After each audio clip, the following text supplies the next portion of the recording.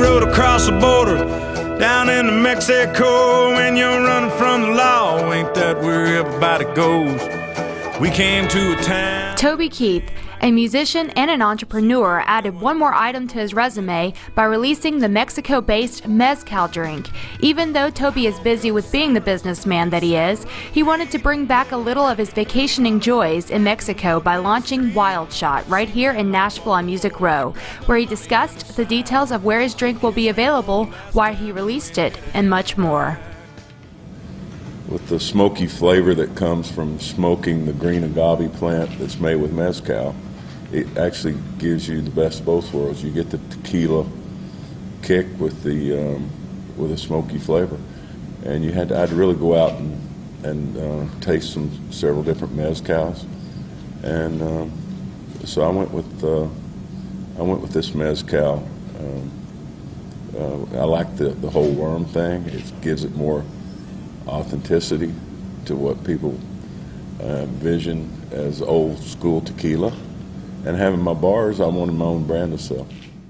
Well, it's considered mezcal, but across the board, most people consider it as a tequila. But I chill it and sip it like on stage and stuff, like you would whiskey, and you can't do tequila like that.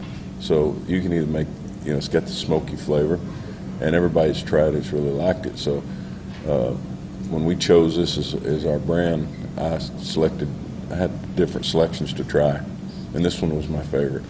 And everybody, my friends that have got early samples of it, have all agreed, you can chill it and sip it, or you can mix it into a margarita, and so you get the best of both worlds, When I write, whatever's going on in my world that day is usually what I'm absorbing is what I'm writing. So if I'm absorbing Wild Shot, it's going to find its way into a song, I'm sure.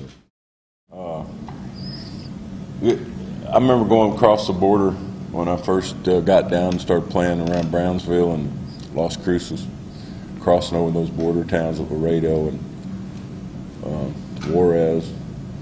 That's where you first go over and, hit the first cantina, and they had it, and it was just fascinating to me.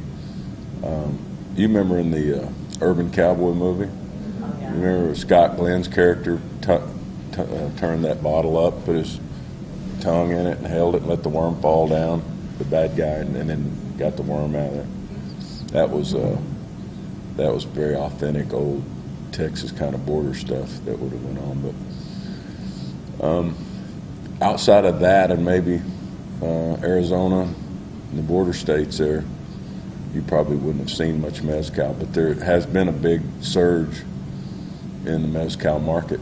So I was like, do you want to it's easy to go get another tequila, but there's really no one doing anything with mezcal. So I saw the success my friend Sam Hagar had with Cabo Wabo, and instead of getting in there and being a competitor with the tequila market, we kind of want to do like we always do and get in a ground floor kind of a place where there's a lot of room for growth. There'll be about 14 in the next few months. I also have friends that have, lots of friends who have bars. I have one right here in Tennessee that has 4 bars. Of course, Sam Hagar's got several Cabo Wabos. I sell his stuff in my bars. So we reciprocate there. So you're getting a pretty good launch just in nightclubs, and being able to control the house margaritas at my place. And the thing is to get your case count up, and so you start selling cases. And we've got a little bit of an advantage over anybody else that would be starting a brand new. I was in town. There's a lot of media in town for radio seminar, so all my demos covered here, and we wanted to do it while we had a lot of people in town, get the word out. That's why we did it in Nashville.